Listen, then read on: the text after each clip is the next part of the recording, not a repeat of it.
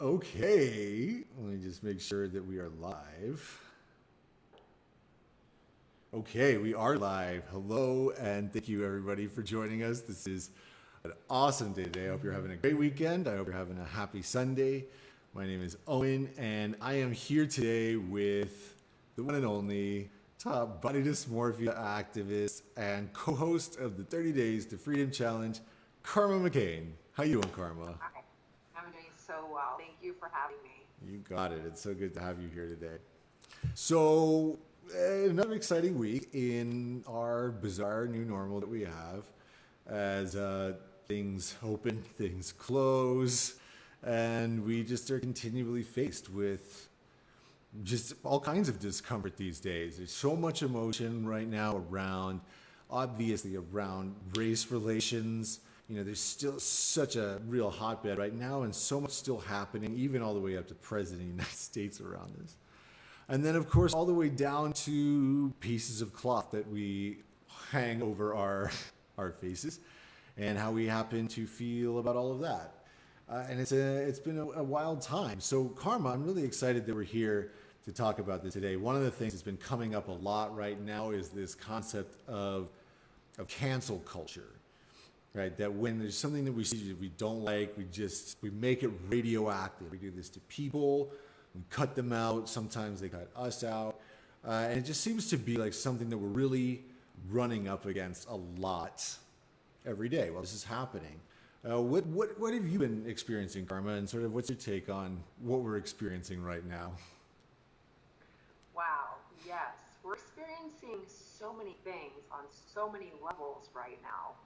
It's really, I feel like a moment in our history when we're rewriting what our future's going to look like, right? Every generation sort of goes through this where something major happens and it kind of changes the course of how life was, and that's happening for us right now. And yeah, it's intense AF.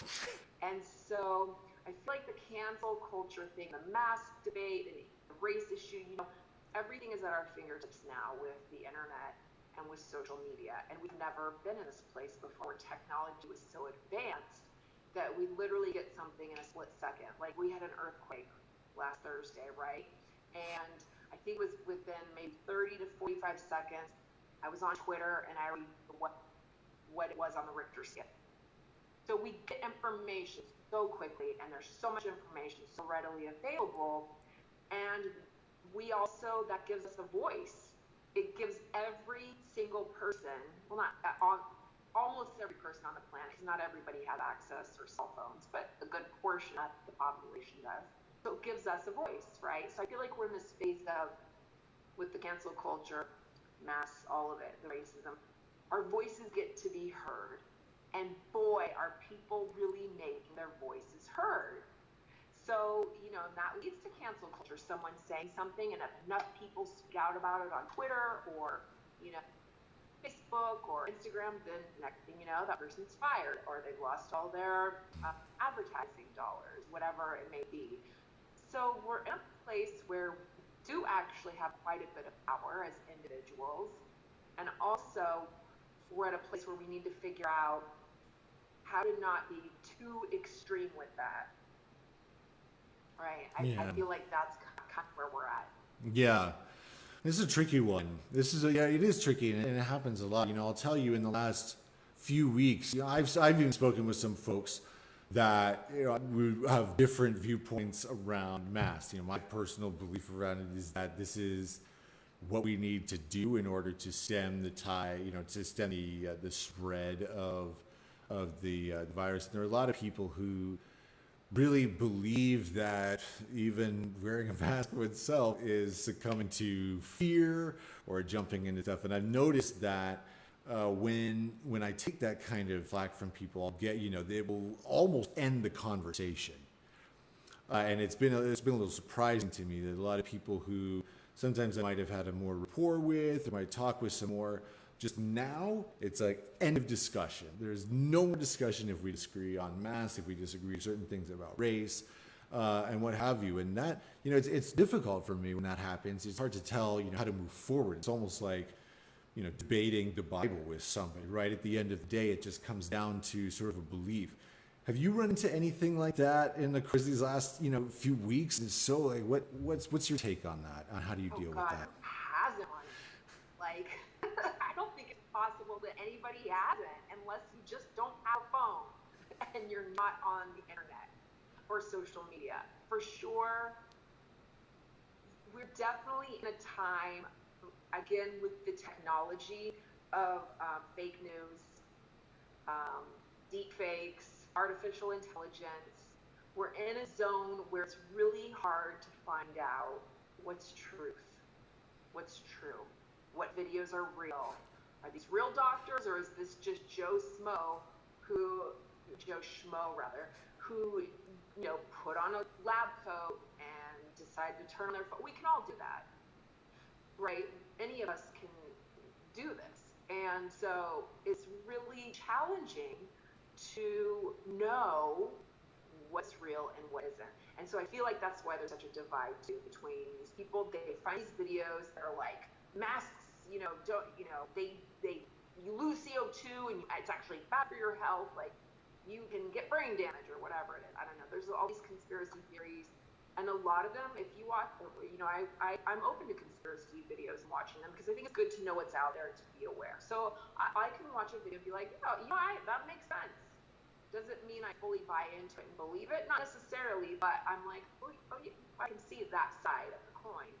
And then also when you flip it to the other side of like science and, doctors and microbiologists, virologists, whatever, like, then it's like, well, yeah, this makes sense too.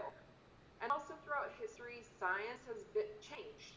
Things that were proven have become disproven, like smoking. Smoking is good for you. Oh, whoops, no, it's not. Oops. We're gonna prescribe heroin and, or Coke being in Coke, cocaine being in Coca-Cola, or whatever it may be. So things change historically too. And so I feel like, yes, when being in the thick of it, there are some people who fundamentally believe that masks do not work, and then there are those who fundamentally believe that masks do work. And a lot of people can't come to agree. And so what seems to be happening in this cancel culture, and how it ties in, I think, is we cancel people out. It's becoming just like, well, you don't believe, aren't listening to me, and you believe your own thing, and I believe my own thing, so forget, bye. Like, it's just blocking people, literally canceling people out of our lives. And so it is a very fascinating time of just knowing, I feel like, where to balance and where to learn acceptance, because ultimately we don't really have to agree on everything. With that said, we all live on this planet together.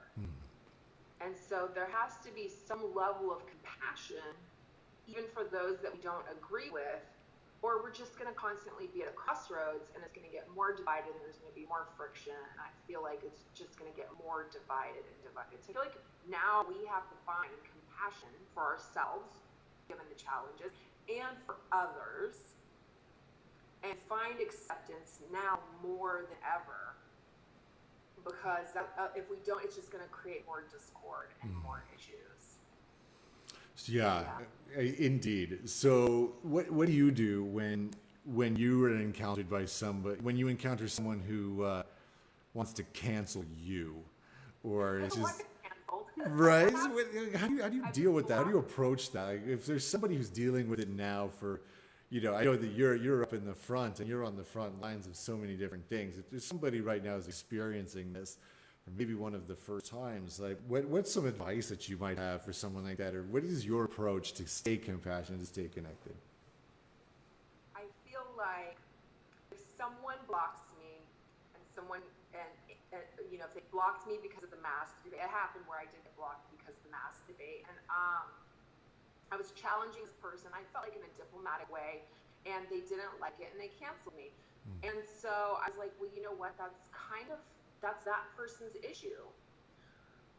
I only have my truth, and my truth is my truth. And if this person doesn't agree with it or can't see it, I'm okay with that. And if I can't see their truth, I'm okay with that too. So if someone cancels me, I'm kind of like, well, that's their truth. I respect that. And I'm kind of like, okay, bye.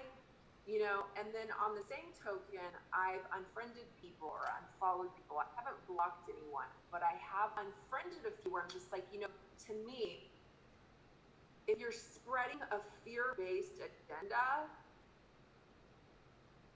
that's not serving anybody.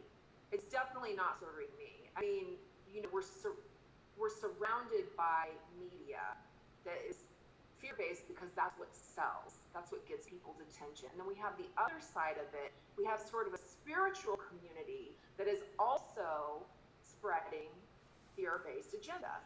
Their propaganda is that's a conspiracy theory and we're being controlled through the masks and the 5G or whatever it may be. It's even though it's laced with a sort of spiritual message, it's still fear-based.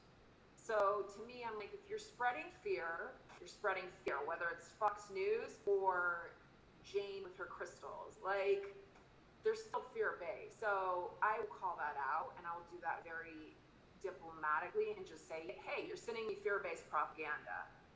So I will send you non-fear-based propaganda of what I am seeing. And if someone's not willing to look at what I'm seeing, I'll look at what they send. But as soon as there's fear, as soon as I hear that message of fear, someone pushing fear, I usually bounce. I usually won't spend another 7 or 8 or 9, 10 minutes listening to fear-based propaganda. So then I'll send them something not fear-based and say, hey, check this out. If someone doesn't check it out, like they're sending me stuff but not checking out my stuff, I confront it. I'm like, hey, look, I'm taking the time to look at your stuff. And I can see, based on your response, you're not looking at mine. So I can no longer continue this partnership, even if it's just an acquaintance. I can't engage in that. So it's not that I'm canceling them or blocking them. I'm just choosing to not take in that information anymore because it's not serving me where I'm at. So that's my take on it. Gotcha. So in you speaking your truth and standing up for what you believe, what I hear you saying is you're keeping an open dialogue. And then at the same time, where are you speaking your truth? Is it just these people? I know you have your own channels that you use on social media and what have you. Like, how do you use those to communicate your truth and hold those values that are important to you? Yeah, for me right now, it's mostly through stories. I would say I'm still posting things that I find truth in on my stories. And I still do occasionally have people that are challenging me on that. Like even today, for example, I got someone who said masks don't work. Nobody, they failed to mention that flu and colds have gone up during this quarantine. And I'm like, well, this is news to my ears and I haven't Googled it yet, but I was just genuinely like, okay, I'm at a place now where my emotions have been removed from the mask debate. I know my truth is to wear a mask. I believe there is science that's very easy to understand logically that masks work. So my question to this person was just like, hey, I'm truly curious. Why are you against masks? And sometimes when we just ask, when we don't go into defense and like, I gotta prove my point, because that's ego anyways, like, I'm gonna tell this person. Sometimes just asking a genuine question, hey, I'm curious, what is it about masks that you think don't work? And just asking leading questions, sometimes we actually get answers in that. And it's not, it's nothing personal against us. It's giving perspective into that person's frame of mind and where they're at. And so I'm finding that's a way to deal with it compassionately as well. Again, if it's just one-sided and the person gets really like not nice or rude or attack mode, then I don't engage. I'm done engaging in that way. Like I just don't have time for that. Gotcha. So it sounds like the standards you're holding for yourself are to keep an open dialogue and a respectful discourse, but requiring it of all sides, and that's something that allows you to keep multiple sort of viewpoints in on your channels and where you're having the conversation. Is that correct? Yeah, because everybody ultimately, like, we're a planet of what, 7 billion, 8 billion? Like, there's no way everybody's going to agree. It's just not possible. So we've got to figure out a way to work together and build community, right? Awesome. We need to build communities. Awesome. I want to talk to you about that. If you are just joining us, again, my name is Owen and I'm here with Karma McCain, body dysmorphia activist and co-host of the 30 Days to Freedom Challenge. We're talking about cancel culture. We're talking about when you find yourself on the opposite end of what appears to be popular opinion and getting canceled for that. Or if you find that maybe you are somebody who is trying to express, get your point out, feeling unheard, and maybe you're canceling other people and how that goes forward and how we all address that. So we were talking about, you just mentioned about building your community, all of that. What does building your community mean to you? Why do you do that? Why is it important to you? Well, I feel like right now, again, especially because we're in such a time of sort of different opinions and divided opinions and fake news and what is and isn't fake news, it's really important. And then also being at home during a pandemic, we now more than ever kind of community is coming back. It's coming back to like we need to have, especially in a big city like Los Angeles, right? I mean, there's a bazillion people here. And so what do we have if we don't have community? We just have a bazillion people going about doing that, whatever they need to do. So community is a great way to hold ourselves accountable and each other accountable. And We lost your sorry, picture my for a son's sec. calling.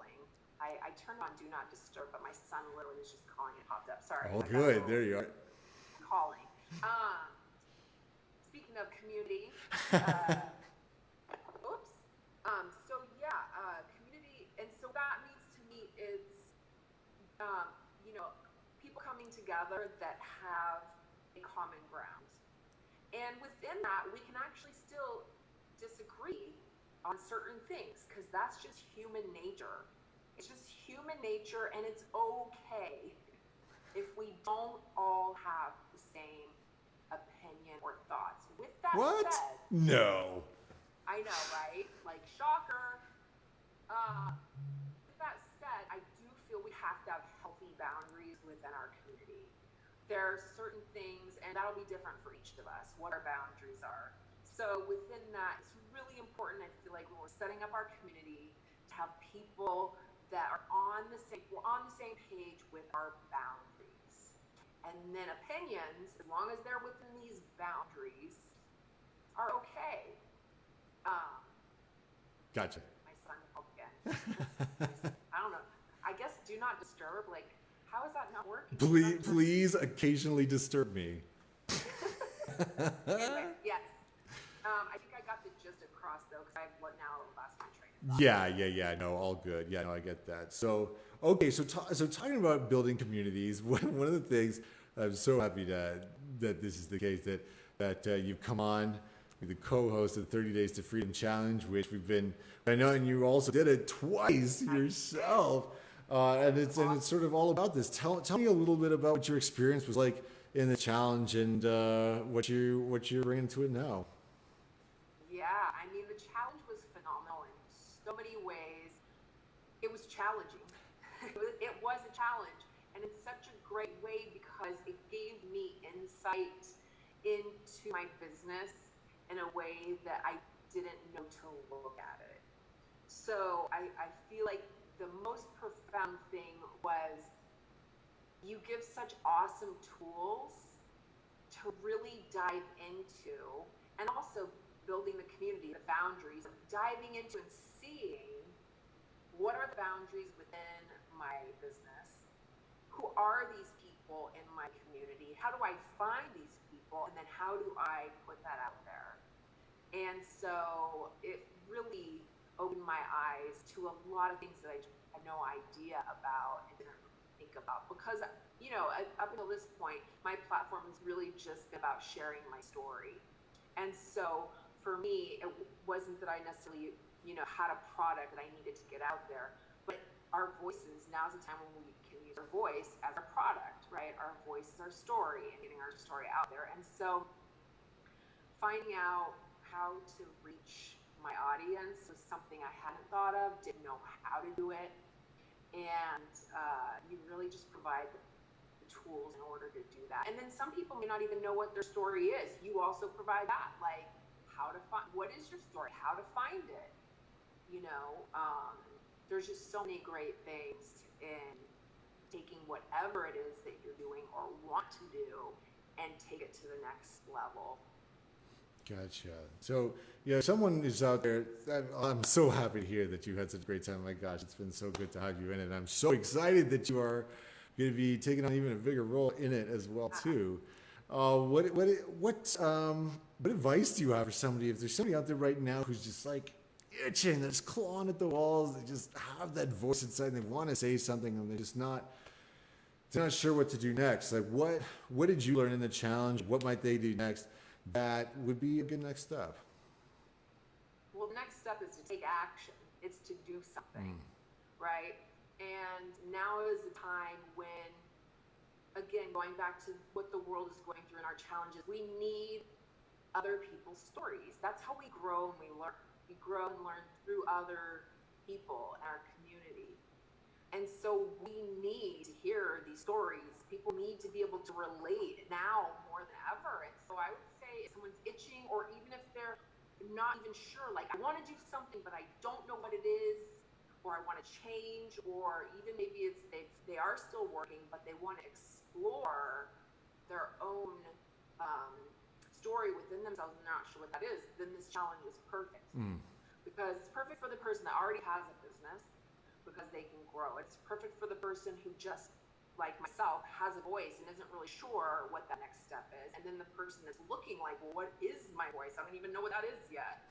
So it kind of fills all these categories that anybody can do it and get something out of it and learn and grow and use that to build a business and or just a platform. And you know, you could do either or, really. Awesome. Yeah. So good, so good. Well, I know that you're working on some stuff, and it's top secret at the moment. Can you give us a little tease of what we might see from you in this next upcoming challenge?